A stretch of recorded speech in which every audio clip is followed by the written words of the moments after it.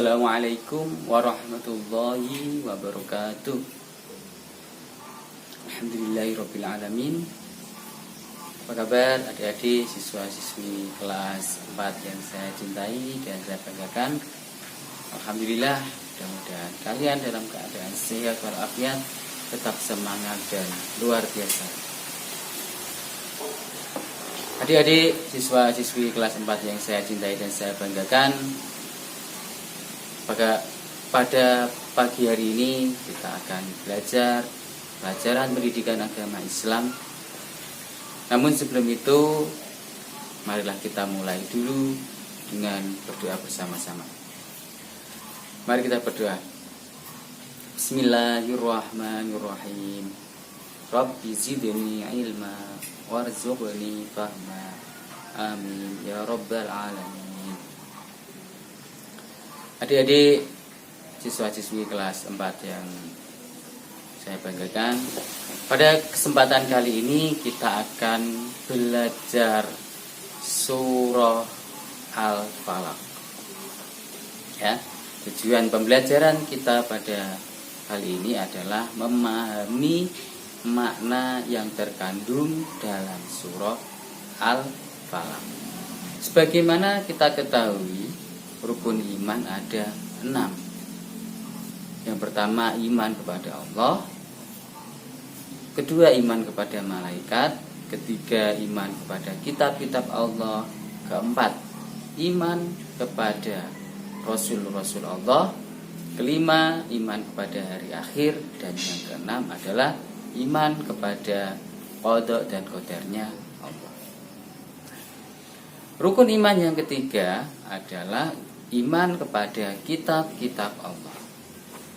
Kitab Allah itu ada 4, yakni Taurat, Zabur, Injil, dan Al-Quran. Kitab Al-Quran ini diturunkan kepada Nabi Muhammad untuk disampaikan kepada umat muslim.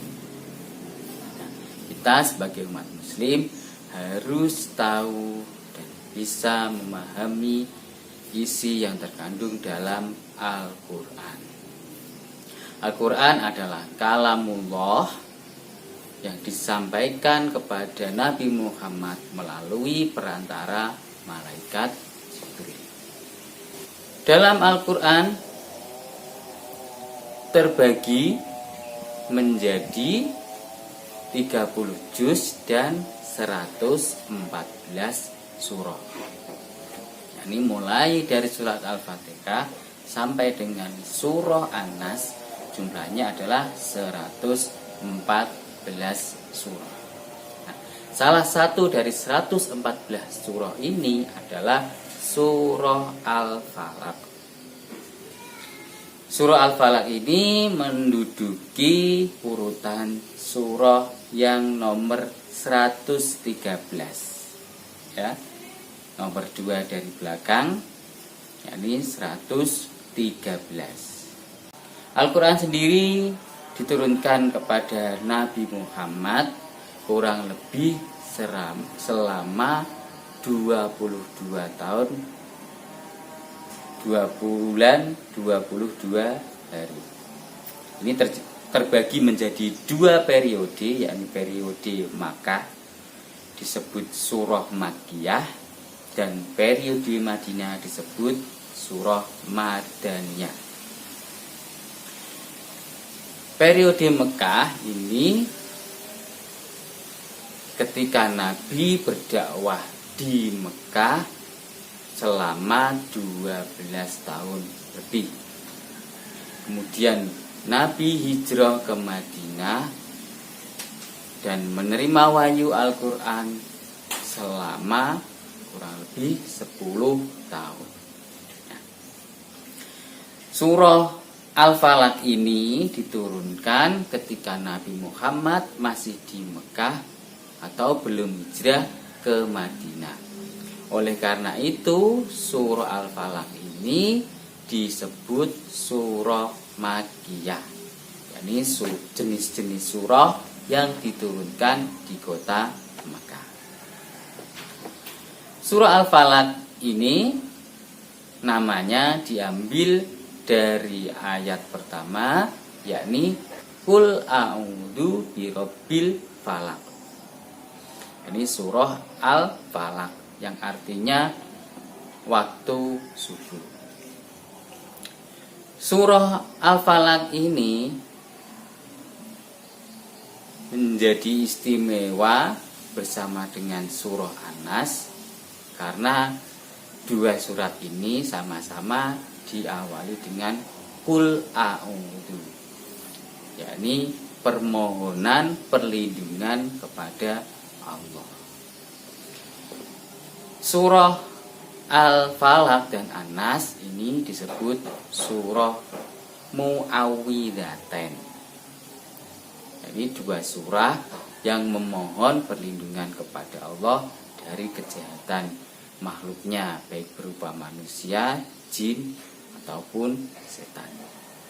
Dari kedua surah ini mengajarkan kepada kita bahwasanya kita hanya boleh meminta perlindungan kepada Allah.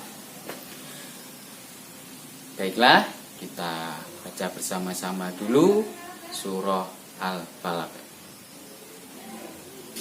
A'udzu billahi minasy syaithanir rajim.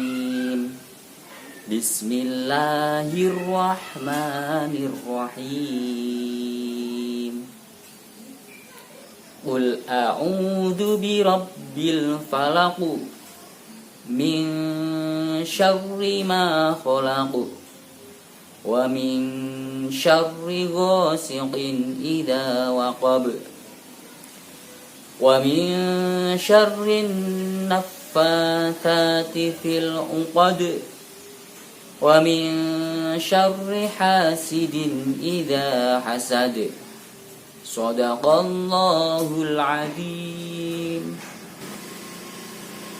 Selanjutnya mari kita bahas kandungan yang terdapat dalam surah Al-Falaq. Surah Al-Falaq yang pertama, Qul a'udzu birabbil falaq. Qul, katakanlah.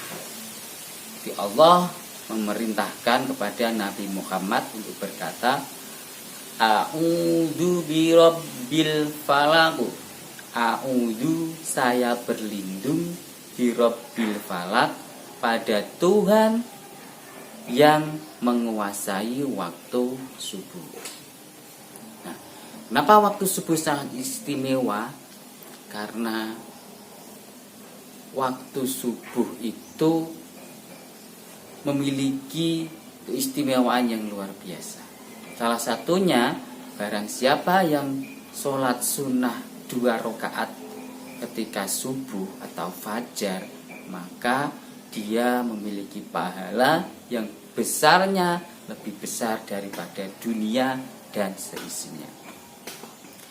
Juga di waktu subuh itu, di mana orang-orang mulai melakukan aktivitas, mulai dari petani, pekerja, ketika sudah subuh menjelang, maka mereka akan mulai menyiapkan diri untuk bekerja. Kemudian ayat kedua, min syarri ma khalaq. Jadi ayat pertama, aku memohon perlindungan kepada Tuhan yang menguasai waktu subuh atau waktu fajar. Dari apa? Min syarri ma khalaq. Dari kejahatan apa atau makhluk yang diciptakan Allah. Jadi Allah pun juga menciptakan antara kebaikan dan keburukan. Karena dunia itu istinya kalau tidak baik ya buruk. Karena sebagai penyeimbang maka Allah juga menciptakan kejahatan. Nah, supaya kita terhindar dari kejahatan-kejahatan yang ada, maka kita harus meminta perlindungan dari yang membuatnya, yakni Allah. Wa min syarri ghasiqin idza waqab. Dan dari kejahatan malam ketika gelap gulita.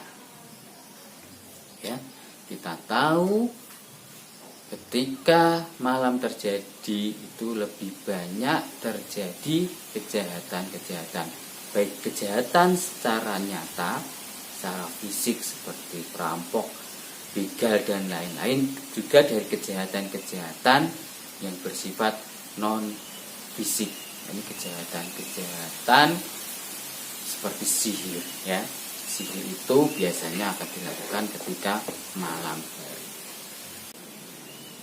Wa min syarrin naffatsati fil 'uqad. Dan dari kejahatan-kejahatan perempuan-perempuan penyihir yang meniupkan buhulnya atau talinya. Diceritakan Nabi Muhammad itu pernah disihir atau disantet. Ya. Santet itu ilmu hitam yang ditujukan kepada orang. Ada orang penyihir atau tukang santet ini membuat boneka.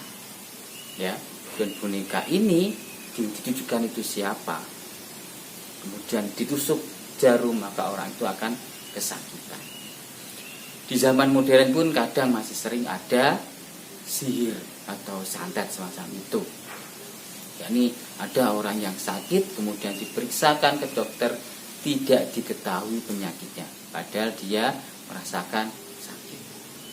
Nah, Nabi Muhammad pun pernah merasakan atau terkena sihir atau santet ini dari penyihir-penyihir kafir Quraisy. Ya, dimana waktu itu Nabi merasakan sakit di seluruh tubuhnya, tapi ketika ditanyakan kepada tabib atau dokter zaman dulu, tidak ada sakitnya. Nah, beliau tahu dari malaikat Jibril bahwa beliau kena santet. Ya, yakni kemudian sahabat disuruh mencari boneka santetnya ini. Ya, boneka santetnya ini boneka kemudian diikat dan dibuang ke sumur dan ditusuk dengan jarum. Setelah menemukan itu, kemudian Nabi Muhammad mendapat wahyu dari malaikat Jibril, dari Allah melalui malaikat Jibril untuk membaca surah Muawwidzatain, yakni surah Al-Falaq dan surah An-Nas. Nah, salah satu manfaat surah Muawwidzatain itu adalah untuk menangkal santet. Nauzubillah min dzalik, mudah-mudahan kita tidak terkena ilmu santet. Dan yang terakhir, wa min syarri hasidin idza hasad. Dan dari kejahatan orang yang dengki ketika ia dengki. Orang yang dengki, iri hati itu sangat berbahaya. Berbahaya apa? Karena ketika orang sudah iri dan dengki, maka dia akan menyebarkan berita-berita bohong atau fitnah, gosip dan lain sebagainya untuk menjatuhkan orang yang diiri. Na'udzubillah min dzalik. Mudah-mudahan Allah memberikan kita perlindungan dari segala macam kejahatan-kejahatan di dunia, yang itu semuanya adalah ciptaan Allah. Kejahatan dan kebaikan adalah ciptaan Allah. Nah, wallahu alam bissawab. Demikian, sampai di sini dulu perjumpaan kita membahas surah Al-Falaq. Selanjutnya minggu depan kita akan belajar cara membaca surah Al-Falaq.